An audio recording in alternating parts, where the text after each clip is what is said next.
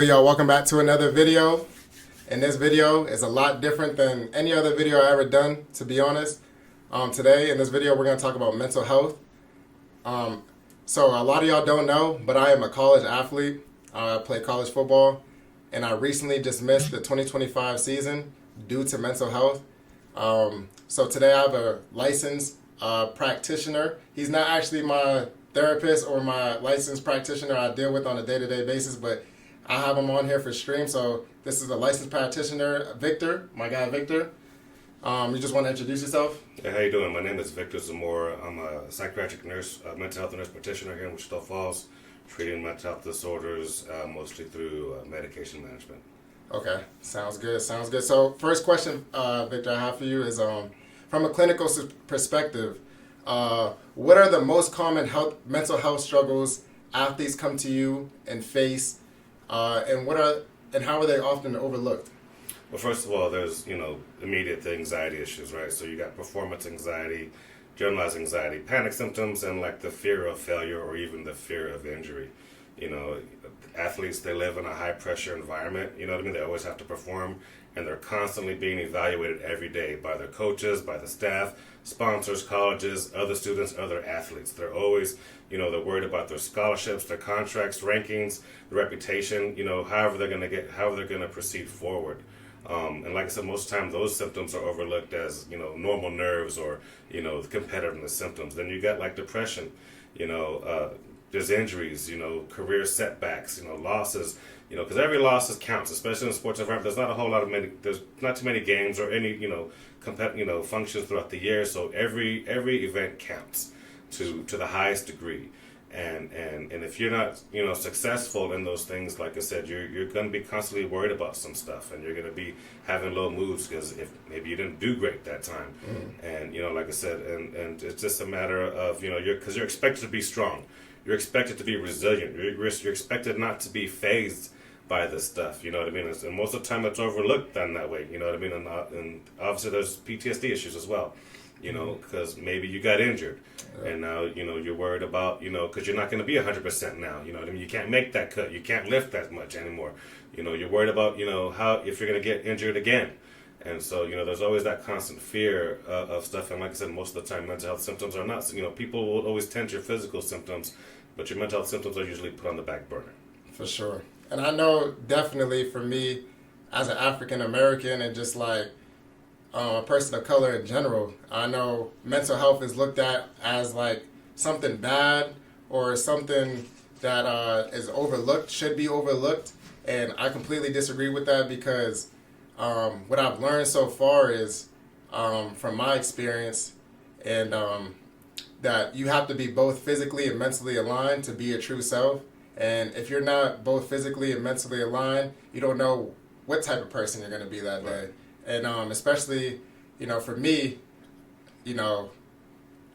I could tell the difference between just a few months ago to now. So that's my big thing. As a person, you fulfill your true purpose if you're not both physically and mentally aligned, to be your true self and be who you're here to be. Because everybody here has a purpose, whether you're an athlete or just a regular person. We all have a purpose on this planet, and you won't be able to achieve that purpose if you're both not mentally and physically aligned with yourself. Just another thing too, like how do you think social media and public scrutiny has changed the landscape of mental health for the modern athlete? Well, previously, there was only paper or radio. If you didn't listen to the paper, if you didn't read, listen to the radio or read the paper, then you're not going to catch any blasé, the news about something. And then it's not always in your face like it is today. Everybody's got their phones and they're looking at stuff, and everything's almost immediate. Got somebody who's gonna go out there and just report on you, play by play. It's out there. And so like you're never off duty. Yeah. And so you're always dealing with the pressure of being always on, always being scrutinized by whoever. Could be a professional journalist, could be some guy just wanting to talk about somebody. Yeah. And like I said, and just the constant, continuous feedback loop of just everything, just because you're going to get hit by it, Mm-hmm. And just, cyberbullying, can help with, decrease your self-esteem, Yeah. Increase your your depression symptom. Increase that rumination. Like, what if I'm not that great? What if, you know what I mean? How can I come back with that? And then now you have this extra added pressure to overcompete, to try to compensate for it. And you could probably put yourself in some danger that way, because you're trying to make things happen that, you know what I mean, that doesn't necessarily have to be that way, but you want to prove to everybody that you're on top, that you're that same guy, that you're that one that can do it. And like I said, with that being said, like I said, insecurity, you can deal with some chronic self-doubt, increased anxiety, overtraining, burning yourself out for the whole thing, you know what I mean? And so like I said, you can never turn that stuff off, and it's just there all the time. It's always on. So even on or off the field, you're always under the lamp. And like I said, and if you want to, do you sit there and just absorb it, or do you jab back, and then your school's going to look at you, and so your hands are tied. Yeah. And so it's just something that, just like I said, another barrier to help you, to help burden you with more depressive or anxiety symptoms. Yeah, and a big thing too is like, I know, when I went to go tell my head coach about my mental health struggles, I was super nervous on just like how the world is going to perceive me after this. How are my teammates going to perceive me after this? Social media, because it's not something like for a man to open up about their mental health. So when I went to go see my coach and tell him about it, I was very nervous, but he was completely understanding. So shout out Coach Renner. He was completely understanding. W Coach Renner in the chat for sure, because he was completely understanding about my situation. He pointed me to help, and he helped me get help. And so I just want to thank him for that, and thank you, my therapist. I still see her weekly. 4 months ago, I want to be on here, be able to talk about this openly on a stream to you guys. So I have seen progress since I have been going weekly. So definitely for just athletes and people in general, it's definitely important to focus on your mental health. It's just as important as your physical health, in my opinion. It's the same. Definitely. It's the same. So you got any questions for me too, if you want to ask? I was just gonna, what prompted you to finally, I've like I said, there's a stigma there, you know what I mean? Because we're supposed to just, perform and not really, say much. Yeah. So what was the breaking point for you to finally, seek help? The breaking point for me was when I seen myself, like I was saying before, I wasn't aligned both mentally and physically. I wasn't becoming my true self. I wasn't living my purpose every day. I wasn't fulfilling my purpose every day. And, it took me a while to really understand what was even happening, to be honest. But once I understood that I'm not aligned physically and mentally, that's when I knew I had to step away, because, like I said before, mental health is just as important as physical health. I could perform the way I perform, but behind closed doors, it's a completely different person. So I knew it was time for me to focus on what was important at that point was my mental health.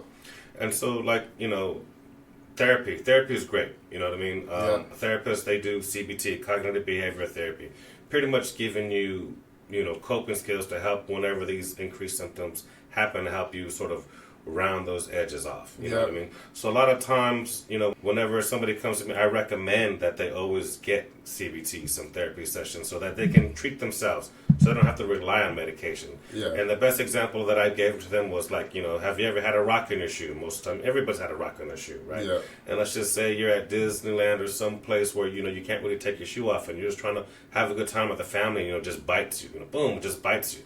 Mm-hmm. And so basically, cognitive behavioral therapy almost will get that rock and hold it to the side of your shoe with your big toe. Doesn't actually take that rock out of your shoe, but it allows you to not be bothered by that rock. You know what I mean? So you can definitely have enjoy yourself. Yeah, exactly. And so like the therapists, they would do that. They would do mindless acceptance stuff, exposure techniques. There's even EMDR if there is any trauma-based therapy. And then last but not least, obviously, medication management with antidepressants when appropriate. Of course. And just another thing too, So, like, what does research suggest about preventing or controlling and addressing mental health? Well, yeah, obviously, like I said, a lot of times, the less medications, the better, right? Yeah. So, like the route that you're taking, the therapy route, you know what I mean? That's definitely you're gonna learn many tools, breathing techniques, grounding techniques, you know what I mean, exposure techniques, just fear stuff, bringing that fear to the surface, and then reliving it, and then helping you cope with it, you know what I mean? There's also supportive coaching and mentoring, and like a lot of the stuff is basically just talk therapy through it. Okay. And like I said, and then as we get into the more extreme or where the symptoms are not necessarily manageable, and you need some more assistance, then there's, like I said, there's medication management, antidepressants, anti-anxiety medications. There's even a step above that. There's like TMS, to help that, and ketamine therapy. Yeah. If the symptoms are really, really super intense, you know what I mean, there's other avenues as like PHP programs, ILPs, where you go to like a hospital, not necessarily check yourself in, but attend groups where you see a provider who's able to manage medications on a daily level, and then you're also able to participate in individual and group therapy sessions.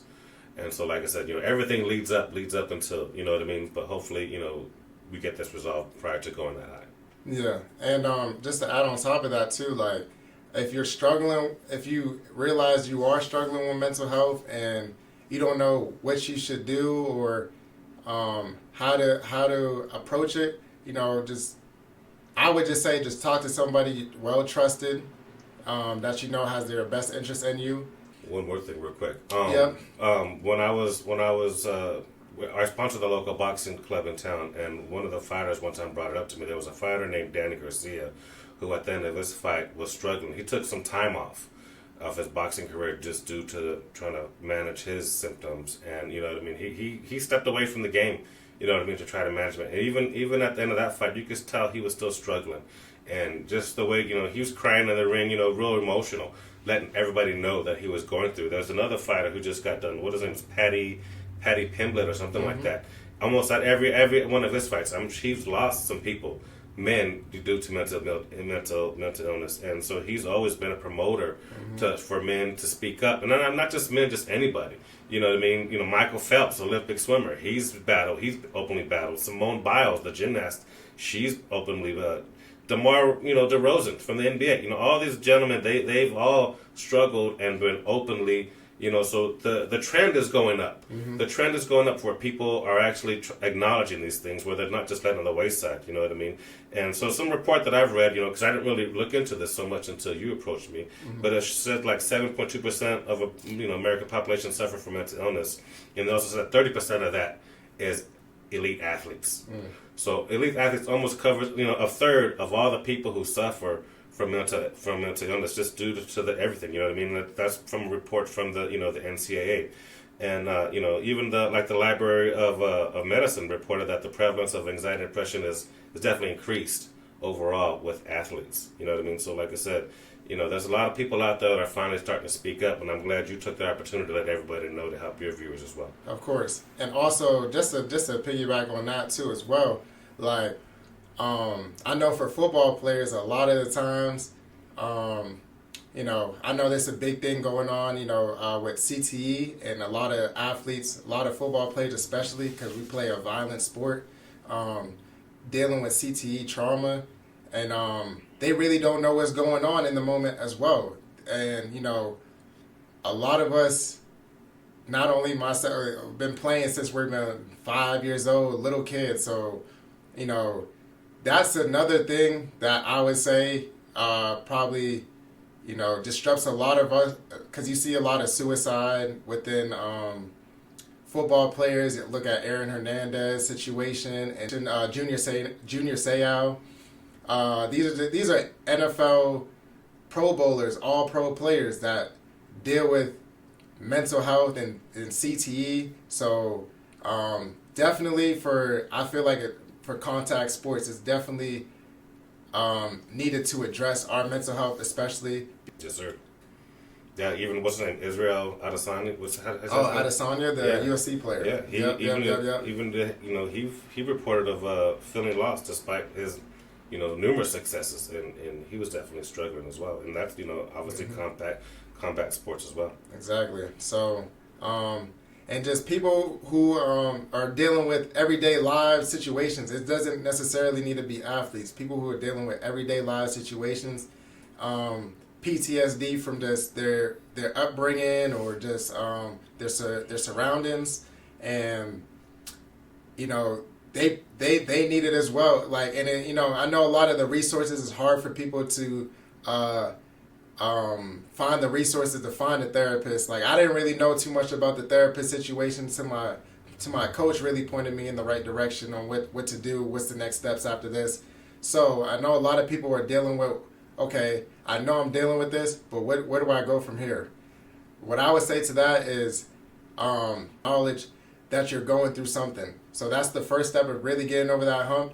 And I noticed you could also, if you don't have no one to talk to, do something you really love to do and continue to do that. And if it makes you happy doing it, continue to do that, because at the end of the day, we have to make ourselves happy. We can't rely on other people to make us happy. So you gotta find what you love to do in your life and find your purpose. That's the whole thing.